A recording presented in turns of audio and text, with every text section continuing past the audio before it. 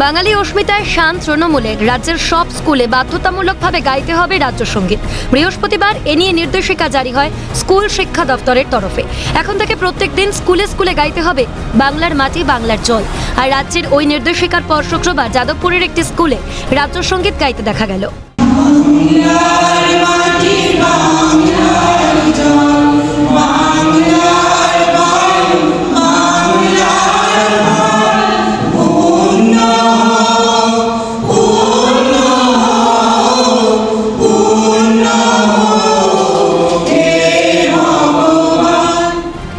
এ নিয়ে বঙ্গ রাজনীতিতে শুরু হয়েছে রাজনৈতিক চর্চা। বিষয়টি নিয়ে রাজ্যের শাসক দলকে কটাক্ষ করতে ছাড়েনি পদ্ম শিবির। রাজ্য বিজেপির সভাপতি শ্রমিক ভট্টাচার্যের খোঁচা, এই কঠিন প্রশ্নের উত্তর একমাত্র মুখ্যমন্ত্রী দিতে পারেন। মুখ্যমন্ত্রীকে গিয়ে করুন। এটা আমার খুব আশ্চর্য লাগে যে এই ধরনের কঠিন প্রশ্ন, যে প্রশ্নগুলোর উত্তর আপনারা আমাদের কাছে জানতে চান, মুখ্যমন্ত্রীর সাংবাদিক সম্মেলনে সেই প্রশ্নগুলো করা হয় না। এর উত্তর উনি দিতে পারবেন। আর ওনার সমস্ত কার্যকলাপ যা চলেছে তার প্রত্যেকটা প্রতিক্রিয়া দেবার বা বিরোধিতা করার আমরা কোনো প্রয়োজন মনে করি।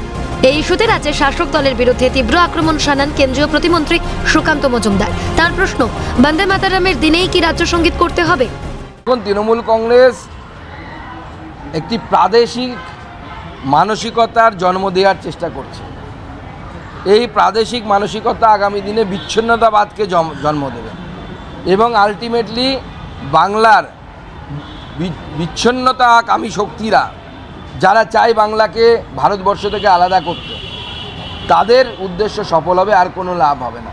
যদি রাষ্ট্রসঙ্গীত বা রাজ্য সঙ্গীত যাই বলুন না কেন, রাজ্য সঙ্গীত যদি করতে হয় মমতা বন্দ্যোপাধ্যায়কে, বন্দে মাতারামের দিনেই কেন করতে হবে? অন্য দিনেও তো উনি করতে পারেন।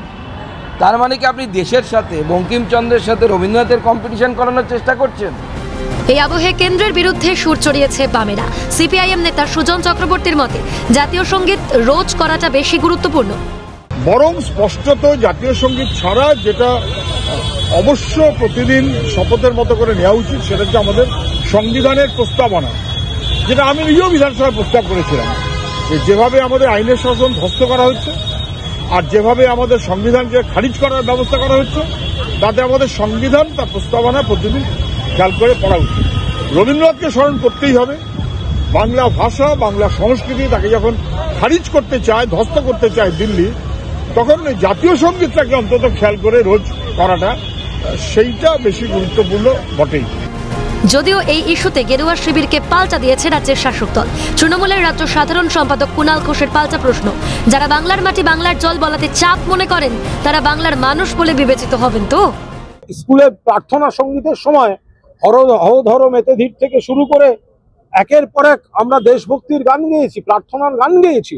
তো সেখানে যদি বিশ্বকবি রবীন্দ্রনাথ ঠাকুরের লেখা আমরা যদি আমাদের রাজ্য সঙ্গীত যেটি, তার সঙ্গে চাপের কি আছে? তারা চাপ মনে করে, তারা আদৌ দেশভক্ত, তারা বাংলা সুয়ানুদ্দায়ী, বাংলার মাটি বাংলার জল বলাকে যারা চাপ মনে করে, তারা বাংলার মানে মানুষ বলে বিবেচিত হবেন তো?